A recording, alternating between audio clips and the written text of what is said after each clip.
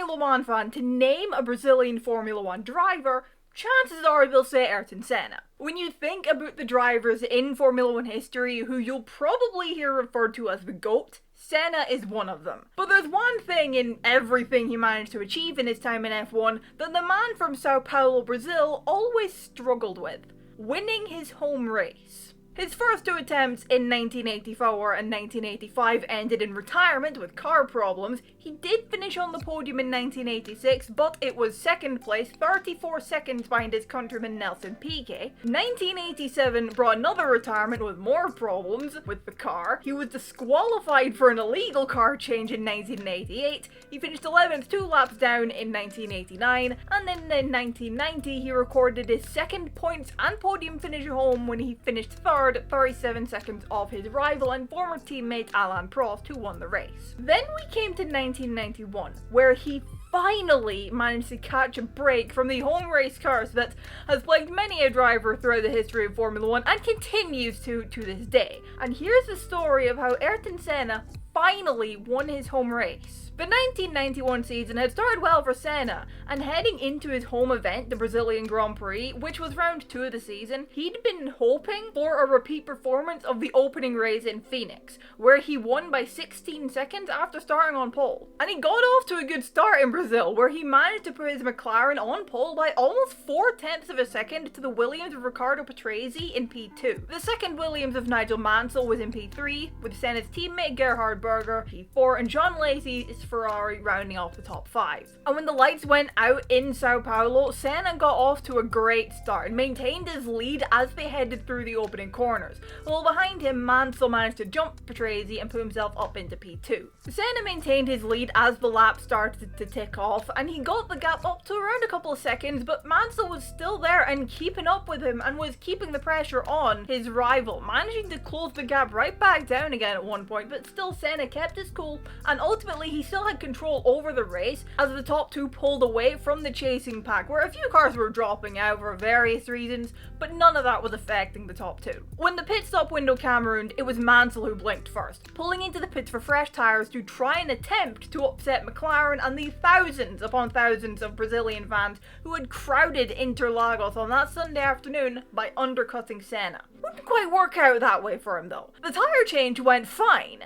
However, he was slow getting going again. Slight problem with the gearbox, possibly costing him, as estimated by Murray Walker and James Hunt in the commentary box, around 6 seconds, and the pit stop ended up being 15 seconds long.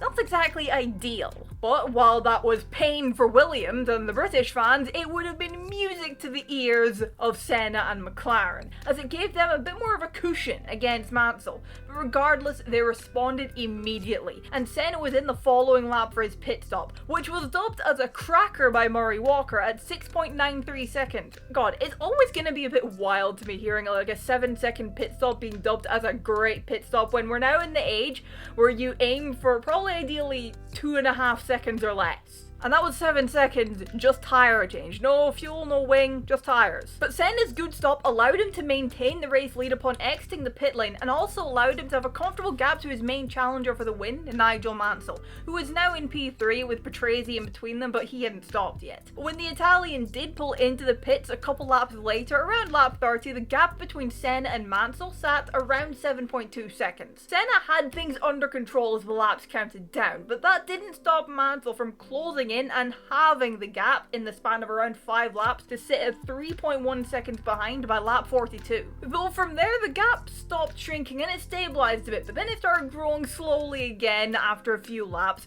before it started growing massively as Mansell dropped back for whatever reason. Given he'd had a possible small gearbox problem at his pit stop, you'd think that that was the cause of him dropping back now.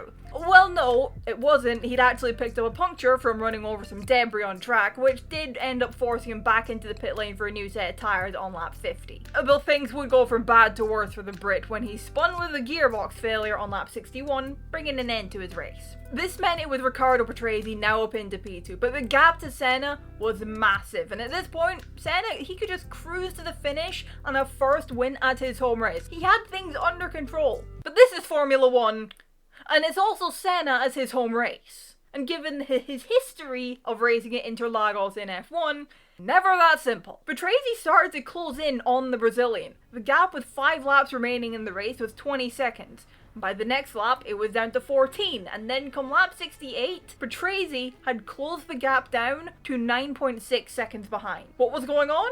Well, it turned out all wasn't well for McLaren, as Senna had been suffering with gearbox issues. He lost 4th gear, and then he also ended up losing 3rd gear and 5th gear. And you know, losing gears, it ain't exactly a very good thing in a Formula 1 car. It means your gearbox isn't exactly in the most healthy state. And ultimately it meant that in the slow and medium speed corners, Senna had to hold it in 6th gear. And that's why the gap had come down, and the gap would continue to come down a bit in the remaining couple of laps, where it would also start raining because of freaking course it did, because Brazil. But it was too late for Prix. He would have to wait a little longer for his 4th win in F1, which ultimately would come later that season in Mexico. Senna held on and he crossed the finish line to win the 1991 Brazilian Grand Prix by 2.9 seconds, screaming on the radio after he crossed the line because he was so happy to have finally achieved that home victory. The fans in the grandstands were rather understandably going wild, and I have to say even the marshals looked very, very happy. Senna did struggle to get out of his car and did need help getting out, purely due to exhaustion from the problems he'd been having with his gearbox. And he also, as a result of said exhaustion, was driven to the podium by the medical car and could barely lift the trophy on the podium, but in the long run, that didn't really matter. Wasn't exactly easy, but after years of DNFs, DSQs, and podiums without winning, Ayrton Senna finally managed to notch up a home race win. A feat he would repeat 2 years later in 1993, by the way. Anyways, thank you all so much for watching. I hope you enjoyed it. Let me know your thoughts down in the comments below. Drop a like if you enjoyed the video. Subscribe if you're new around here, and I will see you in the next one. Bye-bye.